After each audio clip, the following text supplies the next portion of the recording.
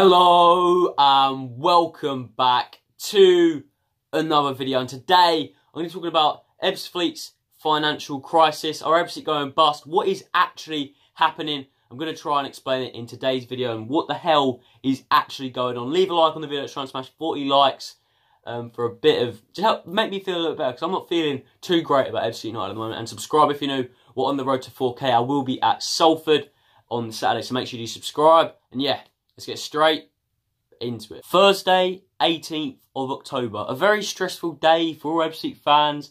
Maybe a funny day for Maidstone fans, Dover fans, other National League fans. But this wasn't a great day for me. I wasn't feeling too great on this day. So, this day started off, there was just nothing until 3:30. 3:30, Ebbsfleet United announced that David Jupp, the first team coach, and assistant manager Steve Gritt will both be leaving. These two have been here since 2013, and Ali Abdullah actually appointed them. So I did think maybe this was a sacking, and the word financial reconstructure in the article looked like we kind of want to get rid of them. Is it to do with financial? Is he running out of money? That was the really two words that started to worry people. Was it to do with Abdullah running out of money? Was it to do with the club running out of money? Did they just get sacked? It was all up in the air at that point. And these two have been there for ages. McMahon obviously didn't want to get rid of him. Personally, I thought at the time that they were going to appoint some new people to get some new people around McMahon, because we didn't start great, but we started really, really poorly. And the pressure was on McMahon. So some fans thought that, oh, Steve Gritt, David Jupp, and then maybe McMahon would be next to get sacked because we maybe needed a change. We didn't know that why we did so poorly was probably due to the financial stuff that we'll talk about later. So yeah, that was announced at 3:30, and then about an hour later, good old Steve Turvett, who is the reporter at Kent Online, posts this story that Ebbsfleet United are in a financial crisis. And says, in the last 10 months, 7 of those, Ebbsfleet players have been paid late. These haven't been paid on time. We don't think this is completely true due to Ebbsfleet fans doing a bit of digging. So maybe this has been extrapolated a little bit.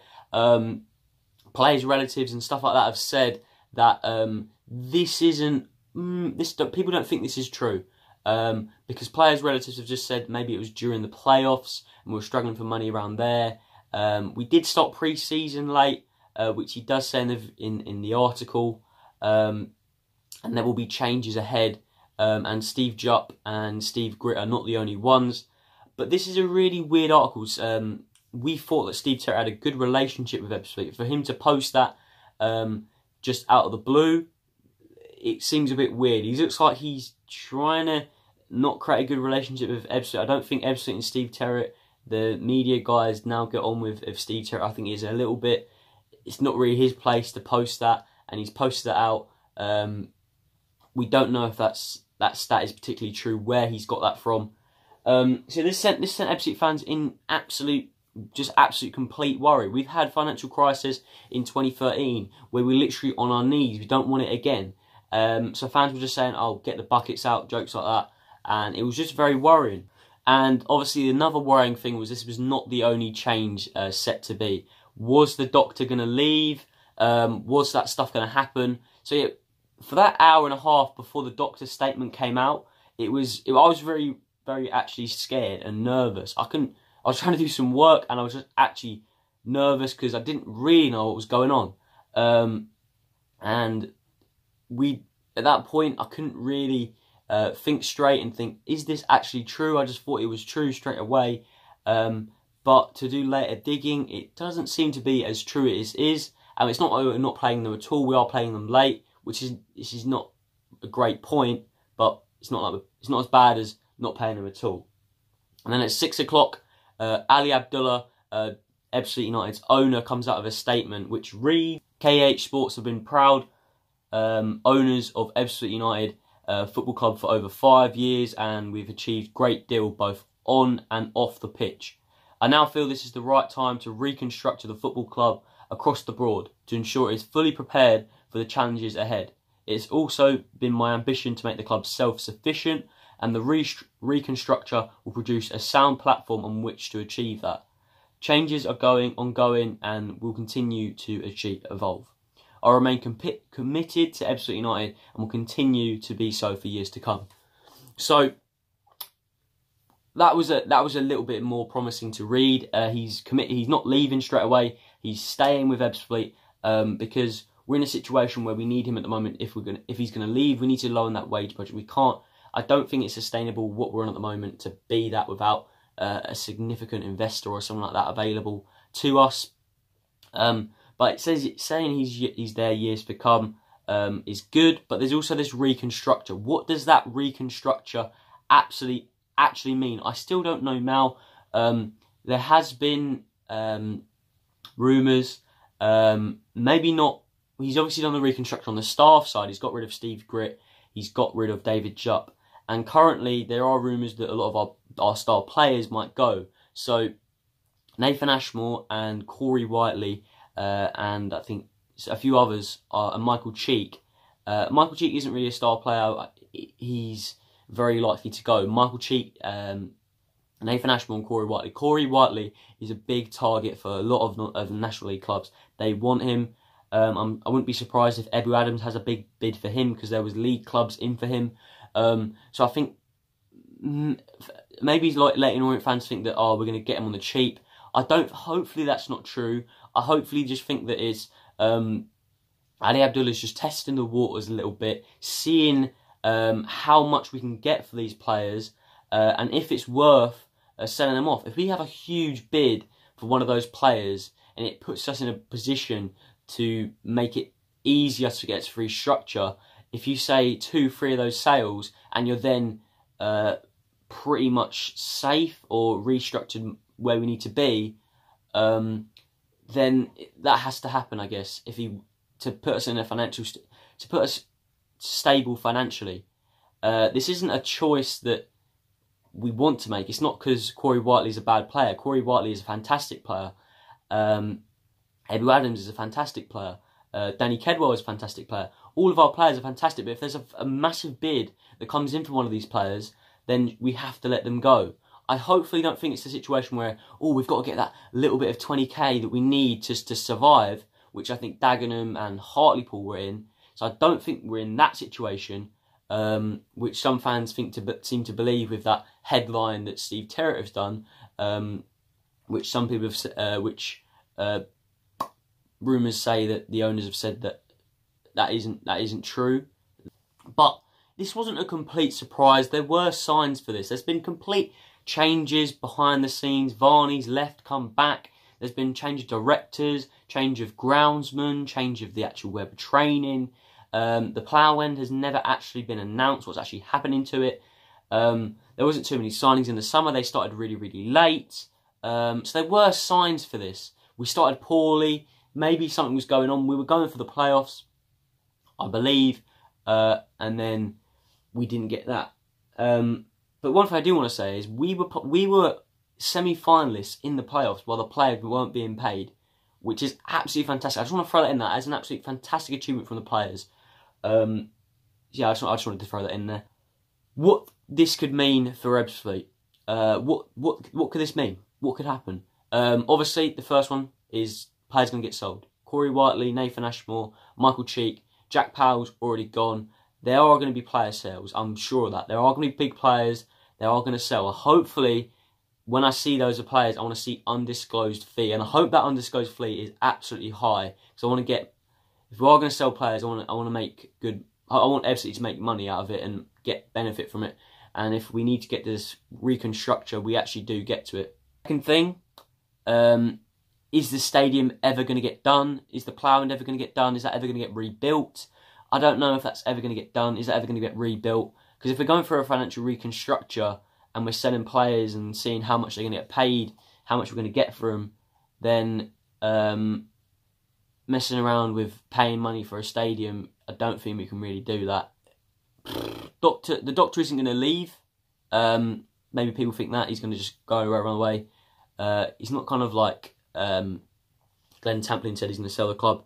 He's staying for a number of years. He said that in his statement. Hopefully that's going to happen. So those are the three major impacts I can see happening. We're probably going to have to bring in some younger players, maybe bring some academy players in, which may be nice to see. Some actual young players coming from our squad that hasn't happened in a while. If they're good enough, I'm not too sure. I think the academy's been affected. There hasn't been much investment in our academy. Why is this happening though?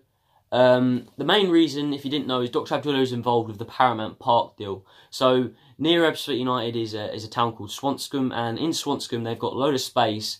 And what Ali Abdullah wants to do when he bought the club is want to have a massive Paramount-esque park like Disneyland with a huge area using the Ebbsfleet International train station to get tourists in.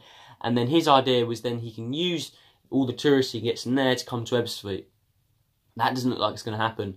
He's actually got more investment, but this is such a massive project. They're going to need billions to get it to go over the line.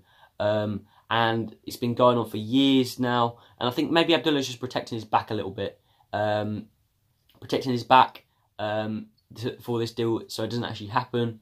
And maybe he hasn't got much return from his investment. It's that way. See, I think the major if the Paramount Park deal does happen, then I think that things will start to change a little bit. Maybe that's why he's staying, because if that Paramount Park deal happens, then he's got the financial reconstructor, he can invest again, because he's going to be staying in the area, investing again, so it won't hurt to invest in the club. He doesn't want to invest in the club if he's got no attachment to the area, if you get that. So yeah, it's a pretty confusing situation. My opinion on the whole matter is, I knew that this wasn't going to last forever. This investor, they're not going to be here for ages. He's not a fan of the club. He's never heard, when he was in Kuwait, he wasn't born near Gravesend. He hadn't heard of Ebbsfleet before, so he hasn't got a connection to the club. So he's not a fan owned. It's not a family member owning the club. He's not going to just have it forever. The fact it does worry me. The fact we're going to sell our best players. Are we going to be in a relegation fight? It's good we've got to the first round. We need to beat Cheltenham. We need to maybe get in that second round, that third round, get a bit of investment. It help that reconstruct, whatever that actual reconstructor is. But it's not nice. It's not nice being in this situation. I've been in it 2013. I didn't really understand the situation then, but obviously I've become more attached to the club. And going to more away games and stuff. And to potentially lose that, I know it's potentially lose that, and the risk of relegation is higher, then it's going to be worrying. Whenever you hear this kind of stuff, it's not good news, is it? It's hardly good news. But I did know that there was going to be news like this eventually. Other thing I want to say is, for fans saying, "Oh, this is how this is what happens when big investors come into non-league clubs." Yeah, that's a valid point. I knew that when we were in that situation.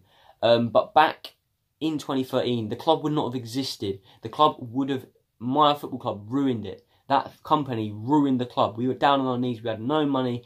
We would have to restart again. We were literally just surviving barely. And we had to lose all our players and start again. We'd have to start again. We'd have to reborn whatever tier that was in, or lose many points and just fall down the leagues. So yeah, it wasn't a choice. This wasn't an option. It wasn't we've got a stable, nice family man who's owning the club, who's worked with us for years and he's investing nicely, but we're just a non-league club. It wasn't like that. And no fans choose who own their club. So to laugh at fans who are in a situation that potentially lose their club, I think is a really harsh one. And what clubs are actually self-sufficient nowadays is pretty. I don't think it is. I think most clubs, unless they're fan-owned, aren't self-sufficient. They're reliant on owners who are investing in the club. And for fans that are laughing at us, you can laugh at.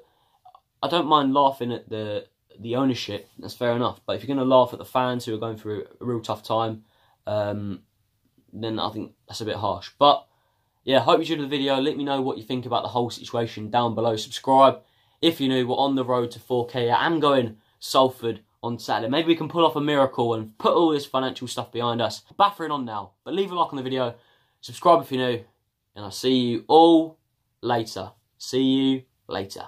Come on, go! Go! Yeah! Yeah!